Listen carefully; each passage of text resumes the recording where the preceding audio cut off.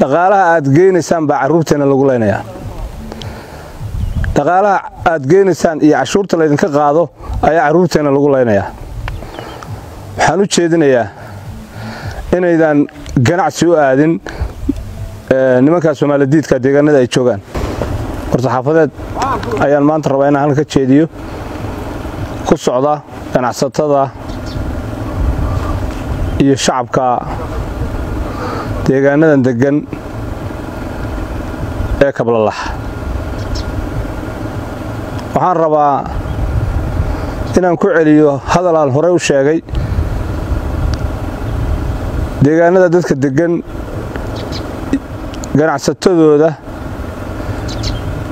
iyo deegaanadoodaba ee beesha Kablalax walaalayaal waxaan rabaa inaan idin jeediyo ganacsigiina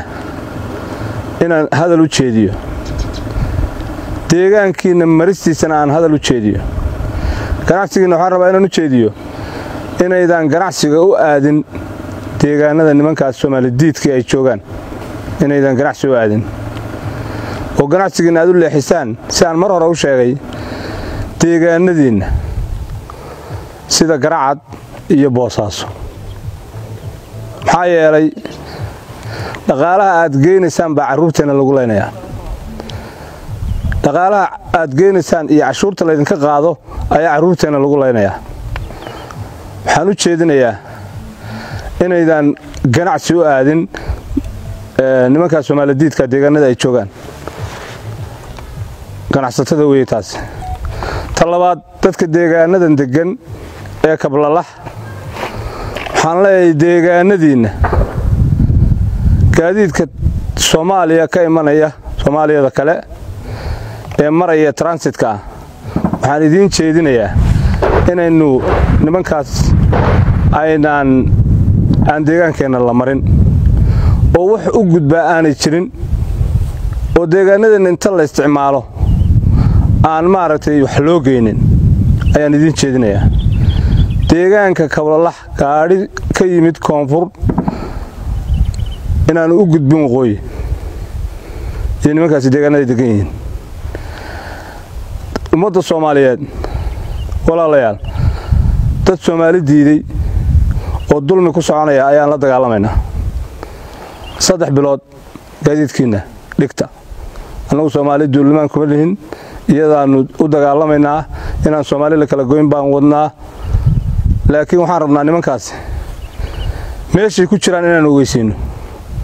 guriga marayaan anaga leh meeshii ka ganacsanayaan ciiday ka ganacsanayaan wadadkayaga ciiday dilayaan waa caruurteeda iyo maatadayda ay lacagta madfaca la siiyo caruurteeda lagu ridayaa marka waxa weeye waxaan idin leeyahay dekedeena aada nimanka waxaynu tusaynaa cidda ay ku dhaqdhaqaaqayaan inay inaga nahay ma ogtahay macmiil in bangiga Salaam Banki uu gaar leeyahay adigoo aan tagin xarumaha Salaam Banki inaad lacag dhigan kartid bangiga haddaba macmiil si aad akoonkaaga lacag u dhigatid falna raac tilmaamaha soo socda garaac xidig 886 xidig akoonkaaga bangiga Salaam